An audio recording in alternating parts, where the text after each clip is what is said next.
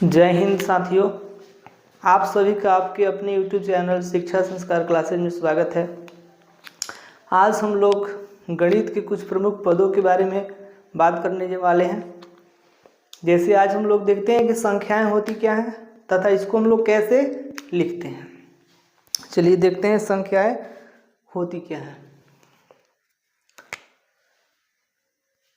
संख्याएं क्या है? संख्याएं एक अंदाज है, यानी कि आइडिया है जो प्रश्नों के उत्तर को निर्देशित करती हैं कि समूह में कितनी वस्तुएं हैं।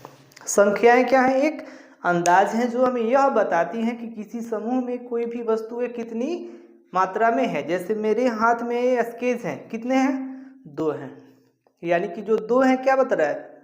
वस्तु किस को निर्देशित कर रहा है कि यानी कि मेरे हाथ में कितने स्केच हैं। पहले के जो लोग थे उनको संख्याएं लिखने नहीं आता, केवल उनको ये अंदाज लगाते थे कि 1 है, 2 है, 3 है, 4 है, 5 है, उसको लिख नहीं सकते थे। ज्यों ज्यों आगे खोज हुआ अंक का, तो लोग क्या किए? संख्याओं को लिखना जान गए। देखते हैं हम लोग अंक क्या होता है। गणित की वह सबसे छोटी इकाई जिसकी सहायता से हम संख्याओं को लिखते हैं अंक कहलाता है। गणित की वह सबसे छोटी इकाई जिसकी सहायता से हम लोग क्या करते हैं? संख्याओं को लिख पाते हैं, उन्हें क्या कहते हैं? अंक कहते हैं। जैसे अंक की संख्या कितना होता है? 10 होता है। कौन कौन? 0, 1, 2, 3, 4, 5, 6, 7, 8 और 9। ये 10 क्या है? अंक है। इन्हीं की सहायता से क्या करते हैं? संख्याओं को लिख पाते हैं।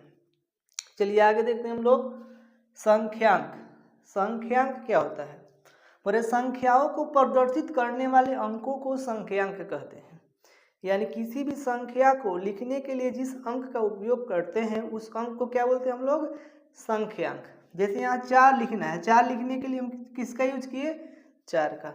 9 लिखने के लिए 9 का। 12 लिखने के लिए 1 और 2 का। ये सब क्या है? संख्यांक है। चलिए आगे देखते हैं हम लोग प्राकृत संख्या, नेचुरल नंबर्स क्या होते हैं। गिनती की सभी संख्याओं को प्राकृत संख्या कहते हैं। गिनती में प्रयुक्त होने वाली सभी संख्याओं को क्या कहते हैं हम लोग? प्राकृत संख्या कहते हैं।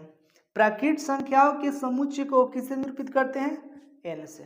यानी कि जितने भी प्राकृत संख्याएं होती है उसको हम लोग उसके समूह को किससे निरूपित करते हैं?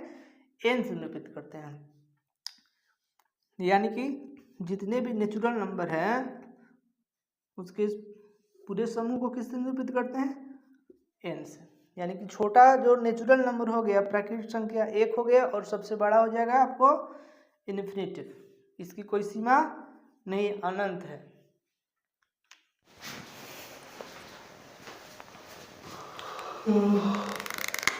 पूर्ण संख्याएं क्या होती है? बोले शून्य के साथ सभी प्राकृत संख्याओं के समूह को पूर्ण संख्या कहते हैं। यानी कि प्राकृत संख्या में यदि हम लोग 0 भी शामिल कर दें तो इस प्रकार निर्मित जो संख्याओं का समूह होगा उसको क्या बोलेंगे हम लोग? पूर्ण संख्या। पूर्ण संख्याओं के समुच्चय को किससे निरूपित करते हैं? W से। पूर्ण संख्याओं के समुच्चय को किससे निरूपित करते हैं? W से। यानी कि W बराबर क्या हो सकता है? 0, 1, 2, 3, 4, 5 ऐसे इन्फिनिटिव जाएगा। यानी कि सबसे छोटा जो पूर्ण संख्या हो जाएगा क्या हो जाएगा? 0 हो जाएगा, 0। और सबसे बड़ा पूर्ण संख्या हो जाएगा इन्फिनिटिव, अनंत। अब इससे एक क्वेश्चन आएगा, क्या सभी प्राकृत संख्याएं पूर्ण संख्याएं होती हैं? तो हाँ, जितने भी प्राकृत संख्याएं हैं वह सभी पूर्ण संख्या के अंतर्गत आई हुई है। इसी वजह से हम लोग बोल सकते हैं कि जितनी भी प्राकृत संख्याएं हैं सभी पूर्ण संख्याएं होती हैं। और एक क्वेश्चन ऐसे आएगा कि सभी पूर्ण संख्याएं प्राकृत संख्याएं होती हैं। ये हो जाएगा आपको गलत। क्यों? क्योंकि 0 क्या है? पूर्ण संख्या है, लेकिन ये प्राकृत संख्या नहीं है। इसी वजह से जितनी भी पूर्ण संख्याएं हैं वह प्राकृत संख्या नहीं हो सकती है। चलिए आगे देखते हैं हम लोग भाज्य संख्या, यानी कि कंपोजिट नंबर। वैसी संख्याएं जो एक और स्वयं के साथ साथ किसी अन्य संख्या से भी पूर्णतः विभाजित हो उन्हें क्या कहते हैं? भाज्य संख्याएं कहते हैं। यानी कि वैसी संख्याएं जो एक और अपने आप के अलावा किसी अन्य संख्या से भी कटे उससे क्या कहते हैं हम लोग? भाज्य संख्या। एक और उसका डिफिनेशन होता है, वैसी संख्याएं जिनके 2 से अधिक गुणनखंड हो उन्हें क्या कहते हैं? भाज्य संख्या कहते हैं। यानी ऐसी संख्याएं जिनको 2 से अधिक संख्याएं विभक्त करती हो वे क्या हो जाती हैं?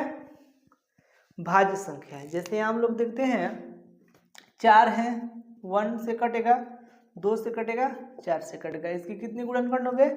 3 गुणनखंड हो गए। तो यहाँ बोल रहे हैं ना कि 2 से अधिक गुणनखंड होगा तो क्या हो जाएगा? भाज्य संख्या। 4 क्या हो जाएगा? भाज्य संख्या। यानी कि सबसे छोटा भाज्य संख्या क्या होता है? 4 होता है।